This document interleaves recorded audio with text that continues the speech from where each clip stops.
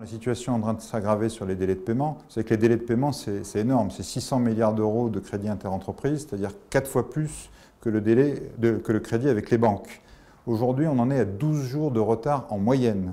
12 jours de retard en moyenne, ça veut dire 13 milliards d'euros qui manquent dans les caisses des PME aujourd'hui à cause des retards de paiement.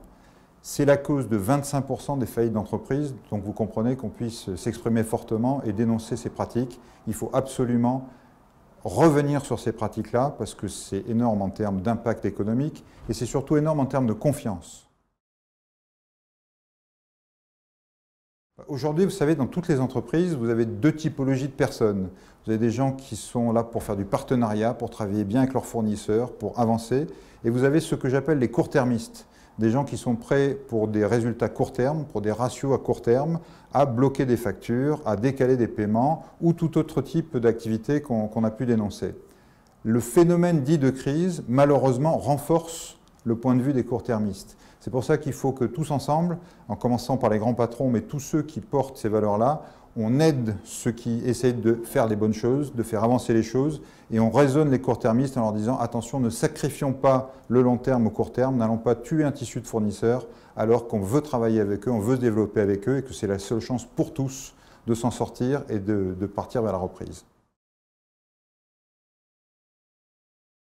Je pense que l'ensemble des pratiques inter-entreprises sont des facteurs qui peuvent soit aider à la reprise économique, soit l'empêcher de repartir.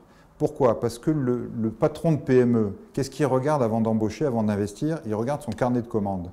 Mais s'il n'a pas confiance dans ses commandes, s'il se dit « j'ai des commandes mais je ne vais pas être payé, j'ai des commandes mais elles ne vont pas être respectées, j'ai des commandes mais à un moment donné ou à un autre on va venir me dire que finalement elles ne valent rien », tout ça fait qu'au lieu d'investir, au lieu d'embaucher, le patron de PME ne va rien faire, va attendre.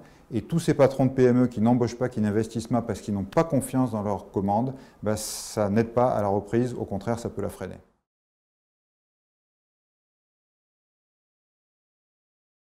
Malheureusement, il y a une créativité assez répandue là-dessus. Ça va de la panne informatique. On voit des entreprises qui, tous les trimestres, ont une panne informatique.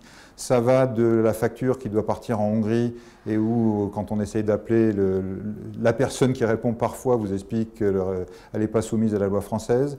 Ça va de tous les problèmes de « il manque une virgule, il manque ceci, cela ». Ça va de circuits très compliqués parce qu'il faut savoir qu'autant il y a une partie de ces retards de paiement qui sont volontaires, il y a des gens dans certains endroits qui volontairement décalent les paiements. Autant il y a aussi des processus extrêmement compliqués dans d'autres entités, dans d'autres entreprises.